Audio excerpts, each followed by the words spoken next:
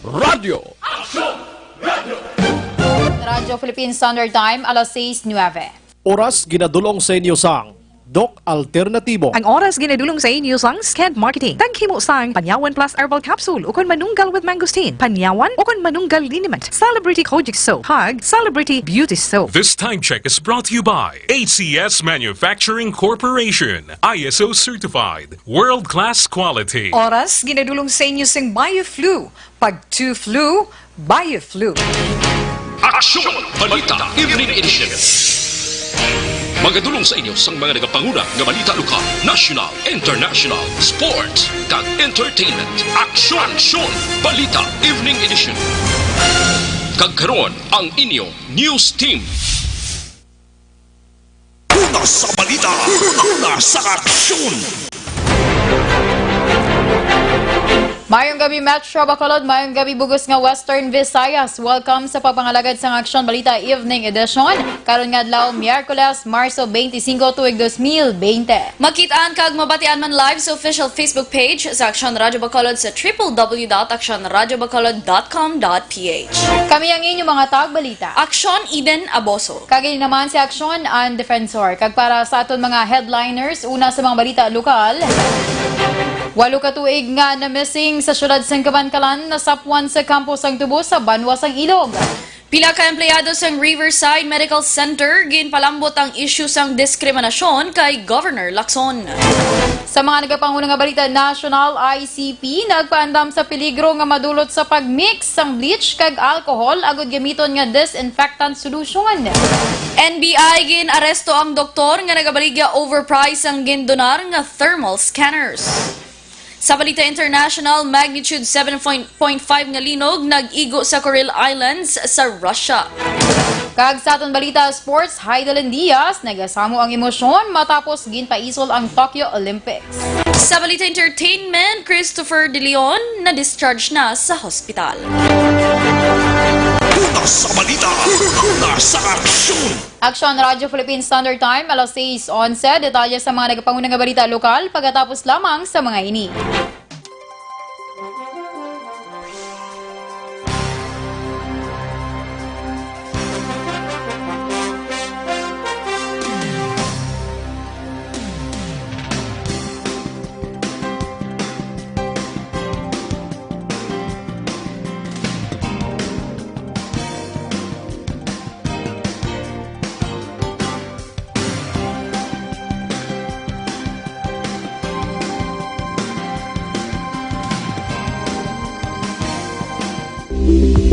Pito ka mga importante nga mapamagi agud mapungga ng paglaptas sang Coronavirus Disease 2019 o kung COVID-19 sunod sa World Health Organization o kung WHO. Una, ugaliyo na masami nga pagpanghugas ang kamot agud mapasigurong katinlo sa kaugalingon. Ikadua, likawan man ang masami nga pag-uyat sa ilong kamot kag baba. Ikatatlo, tabunan sang tisyo kung kamot ang baba kung ginaubo. Ikaapat, likawan ang pagpadulong sa mga lugar nga masami ginatipunan sang publiko. Ikalima, magtiner sa puluyan kung hindi mayong kondisyon sang lawas, ilabi na kung nagabatyak sang hilanat kag ubo. Ikaanom, kung nag-eksperyensya sa hilanat ubo o kung kabudlayan sa pagginawa. Kilayon nga magpakonsulta kung magpangayo sang panugyan gikan sa isa ka doktor. Ikapito, tingwaan nga mangin updated sa balita kag mga impormasyon angot sa COVID-19. Ining apahanumdom ang ginatulong sa inyo sa kaalwan sang World Health Organization, Department of Health, kag Aksyon Radio Bacolod.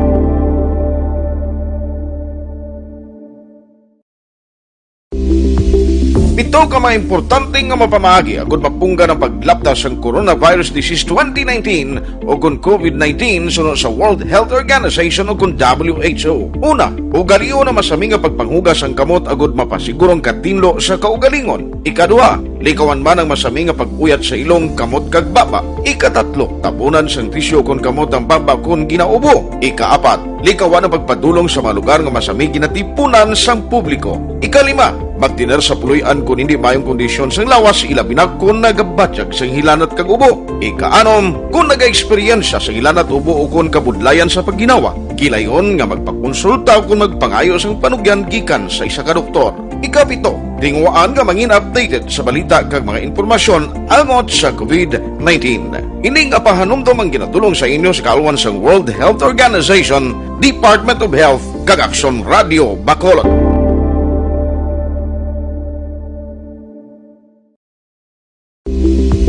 Pito ka mga importante nga mapamagi agud mapungga ng paglaptas ng Coronavirus Disease 2019 o kung COVID-19 sunod sa World Health Organization o kung WHO. Una, ugaliyo na masami nga pagpanghugas ang kamot agud mapasigurong katinlo sa kaugalingon. Ikadua, likawan man ang masami nga pag-uyat sa ilong kamot kag baba. Ikatatlo, tapunan sang tisyo kung kamot ang baba kung ginaubo. Ikaapat, likawan ang pagpadulong sa mga lugar nga masami ginatipunan sang publiko. Ikalima, magtiner sa puloy-an kung hindi mayong kondisyon sang lawas ilabi na kung nagabatyag sang hilanat kag ubo. Ika-anom, kung nag-eksperyensya sa hilanat ubo o kung kabudlayan sa pagginawa, kilayon nga magpakonsulta o kung magpangayo sang panugyan gikan sa isa ka doktor. Ika-pito, tingwaan nga mangin updated sa balita kag mga impormasyon angot sa COVID-19. Ining apahanumdom ang ginatulong sa inyo sa kaluan sang World Health Organization, Department of Health kag Aksyon Radio Bacolod. Radio Philippine Standard Time, alas 6:15. Kagkaroon sa detalye sa aton mga nagapangunang nga balita lokal.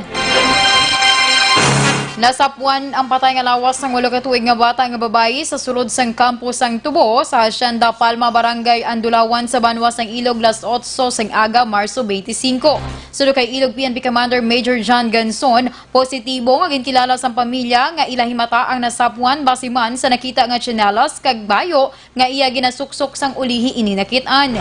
Dugang pa ni Ganson, Marso 7 sang aga sa nagdangop sa Kabankalan PNP ang pamilya matapos na missing ang napatay. Ang biktima pumuluyo sang Barangay 1 sa syudad sang Kabankalan. Parayag pa ni Ganson nga sa karon mayara sila sang person of interest apang limitado pa ang dugang nga impormasyon halin sa ginikanan kung paano ini na missing matapos nga yara pa sa state of trauma ang pamilya. Samtang ginprepare na ni Ganson ang medical autopsy request agud mahapos na lang ang tanan sa tion nga magpasugot ang pamilya. Bali, ang sa initial investigation ang nasapuan nga bangkay is na missing gali sa Kabangkalan City. Nasa first week of March nga naparecord to nila sa police station nga nadula ang ini nga bata. Tapos kagina na concern ang bangkay nga nasapuan to sa may Barangay Andalawan. Amot ang na missing sa Kabangkalan. Ang kabahin sa pagpahayag ni Ilog PNP Commander Major John Ganson. Ginapelar sa Bacolod PNP nga wala sang dapat kakulbaan kag hindi magpanic buying ang kasong ipatuman gid man ang lockdown sa Negros Occidental kalakip na ang Bacolod. Sunod kay Bacolod PNP spokesperson Lieutenant Colonel Ariel Pico, magapabilin nga bukas ang mga butika kag supermarket kung madayon gid man ang lockdown kabangdanan nga hindi dapat magpanic buying ang publiko. Ginhimo ni Pico ang apelasyon matapos nga personal niya nga makitaan ang malawig nga pila sa supermarket kag mga butika. Nagpabutyag sang kabalaka si Pico tungod posible nga ang panic buying pa ang halinan nga atakihon sang ilabalatian ang mga persona nga nagsupplement sang bulong kaangay sang hypertension kag diabetes. Sunod pa kay Pico, mas maayo nga magtiner sa balay nga among panawagan sang gobyerno agud malikawan ang paglaptas sang COVID-19.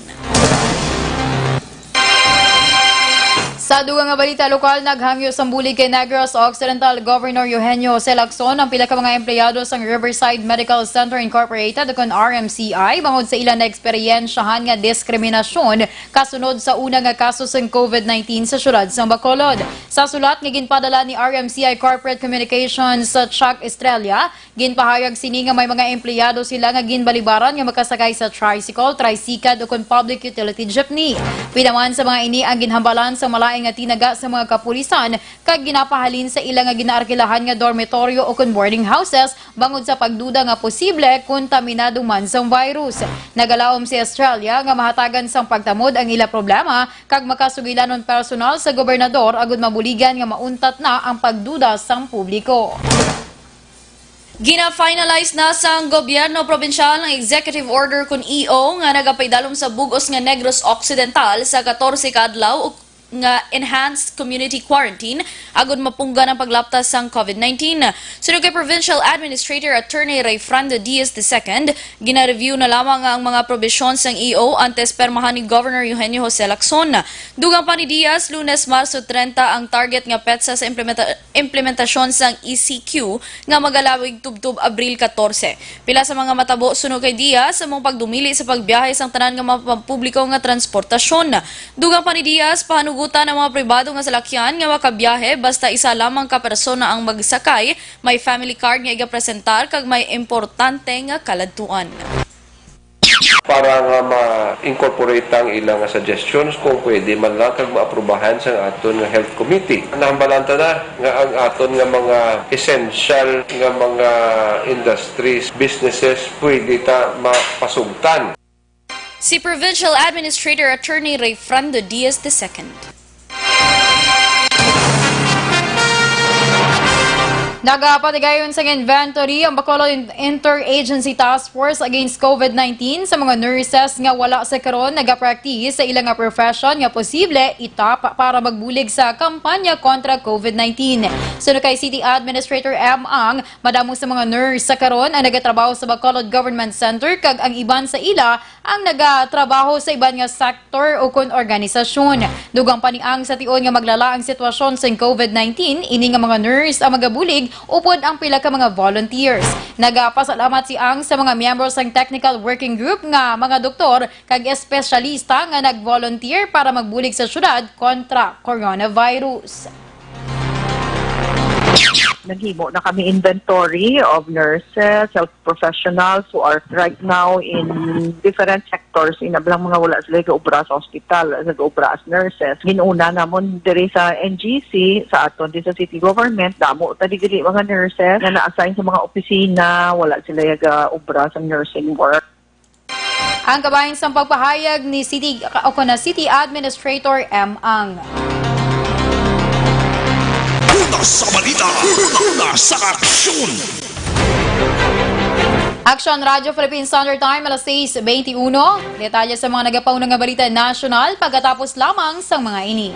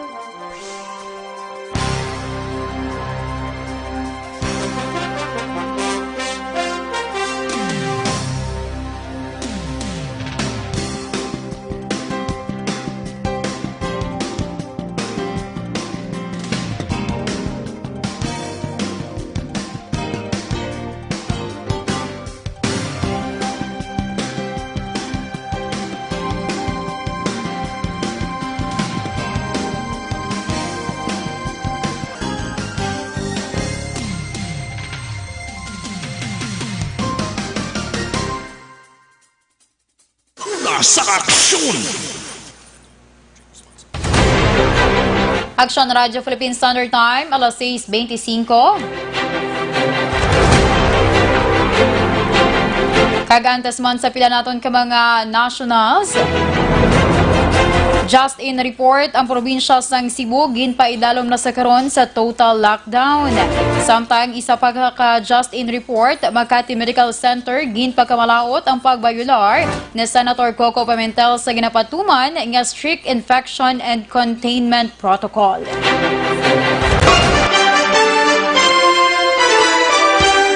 Kagaron sa rita niya sa atong mga nagapaunang nga balita national, nagpandam ang Integrated Chemist of the Philippines kun ICP angod sa makaalarma nga video nga ginpost online nga nagatudlo kung paano maghimo sang disinfectant solution.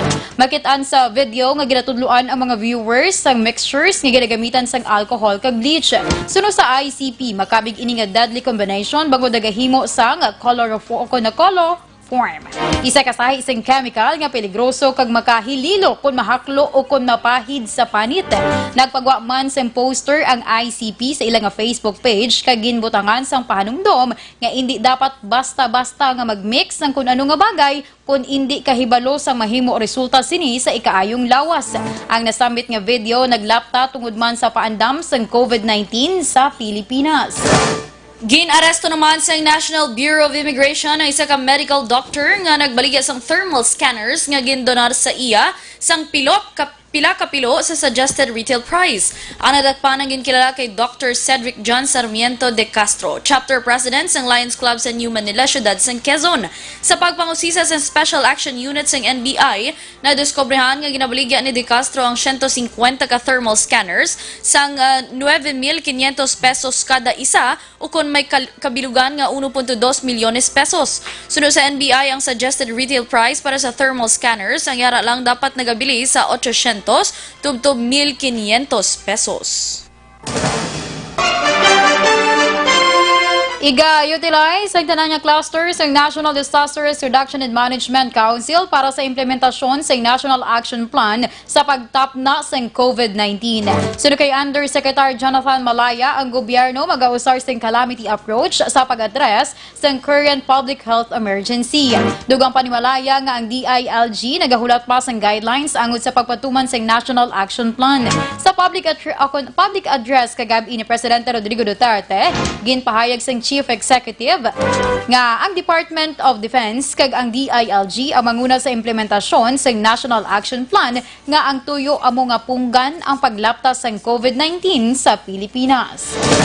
Sa katapusan nga balita national, nag-apelar ang Department of the Interior and Local Government sa mga sarang sa kabuhi nga makabakal sa ila nagapanguna nga kinahanglanon sa balay nga hindi na magsalig sa ayuda sang gobyerno kag hatagan ligwa nga maprioridad ang mas nagakinahanglan.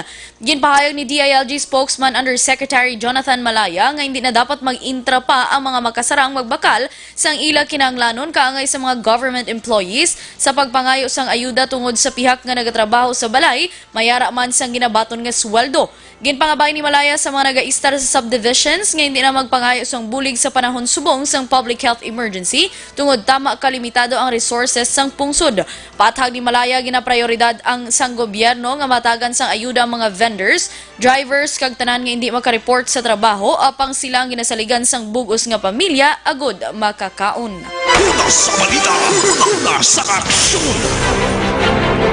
Aksyon Radio Philippine Standard Time, alas 6:29. Detalye sa aton balita international, sports kag entertainment pagkatapos lamang sa mga ini.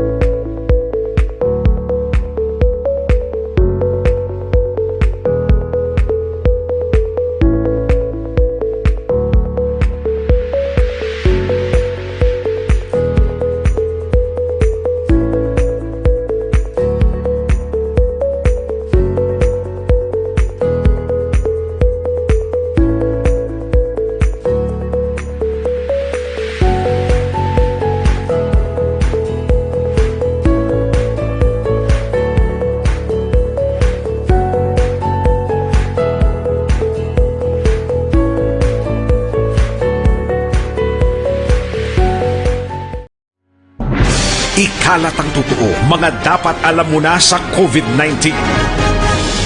Ano ang social distancing? Ang social distancing ay tumutukoy sa pag-iwas sa mga matataong lugar at pagpapanatili ng 2 metrong distansya mula sa ibang tao kung maaari. Isa ito sa mga paraan upang maiwasan ang pagkalat at pagkahawa sa COVID-19. I-viral, i-share, ikalat ang totoo. Hatid ng MBC Manila Broadcasting Company, Stations DZRH, Aksyon Radio, Love Radio, Yes the Best, Radyo Natin at Easy Rock. Ikalat ang totoo, mga dapat alam mo na sa COVID-19. Halimbawa ng mga sitwasyon kung saan kinakailangan sundin ang social distancing, pagbiyahe gamit ang pampublikong transportasyon, pagpasok sa mga public office tulad ng post office, bangko at grocery store, pakikipag-socialize sa mga public settings o pag-attend sa mga kaganapang dadaluhan ng maraming tao. I-viral, i-share, ikalat ang totoo. Hatid ng MBC Manila Broadcasting Company, Stations DZRH, Aksyon Radio, Love Radio, Yes the Best, Radyo Natin at Easy Rock. I-viral, i-share, ikalat ang totoo. Hatid ng MBC Manila Broadcasting Company, Stations DZRH, Aksyon Radio, Love Radio, Yes the Best, Radyo Natin at Easy Rock.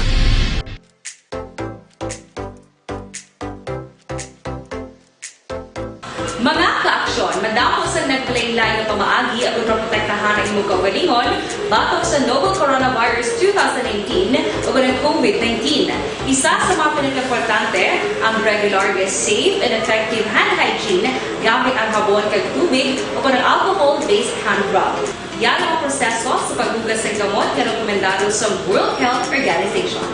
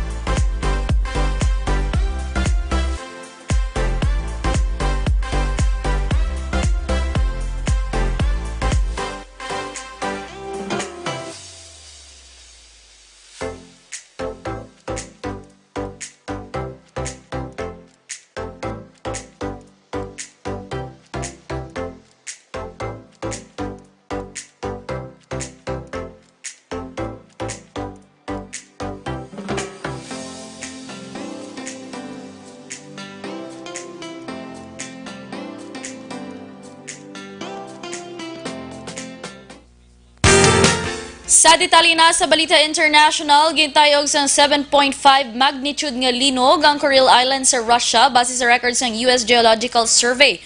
Sunod sa US National Oceanic and Atmospheric Administration nga gidisyu na ang Tsunami Watch sa State of Hawaii, samtang isa pa ka ahensya nga among Pacific Tsunami Warning Center ang nagpahayag nga ang pagtayog mayara sang potensyal nga maka-generate sang destructive tsunami.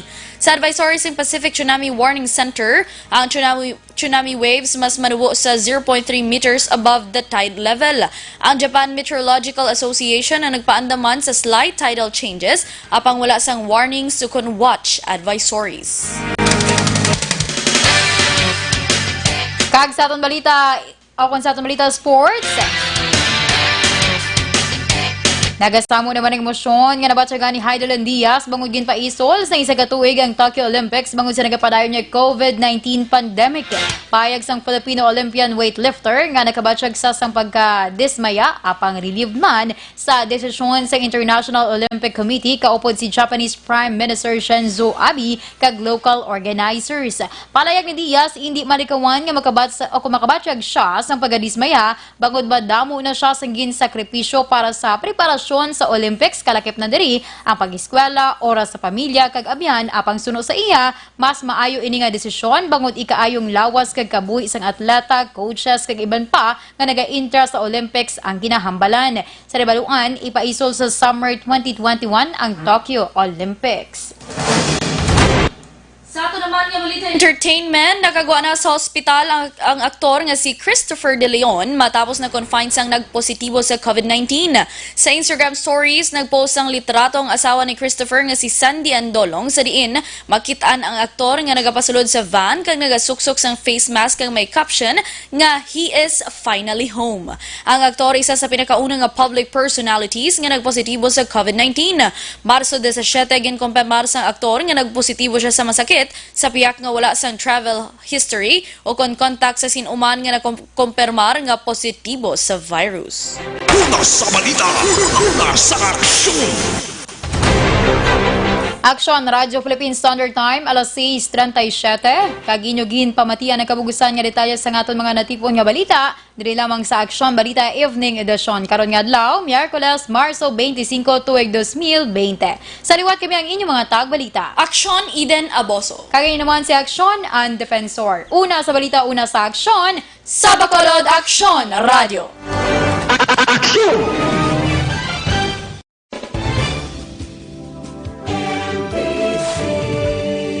Manila Broadcasting Company. Sa balita, komentaryo, issue, serbisyo publiko. Aksyon Radio. Sa Bacolod, Aksyon Radio. Aksyon Radio.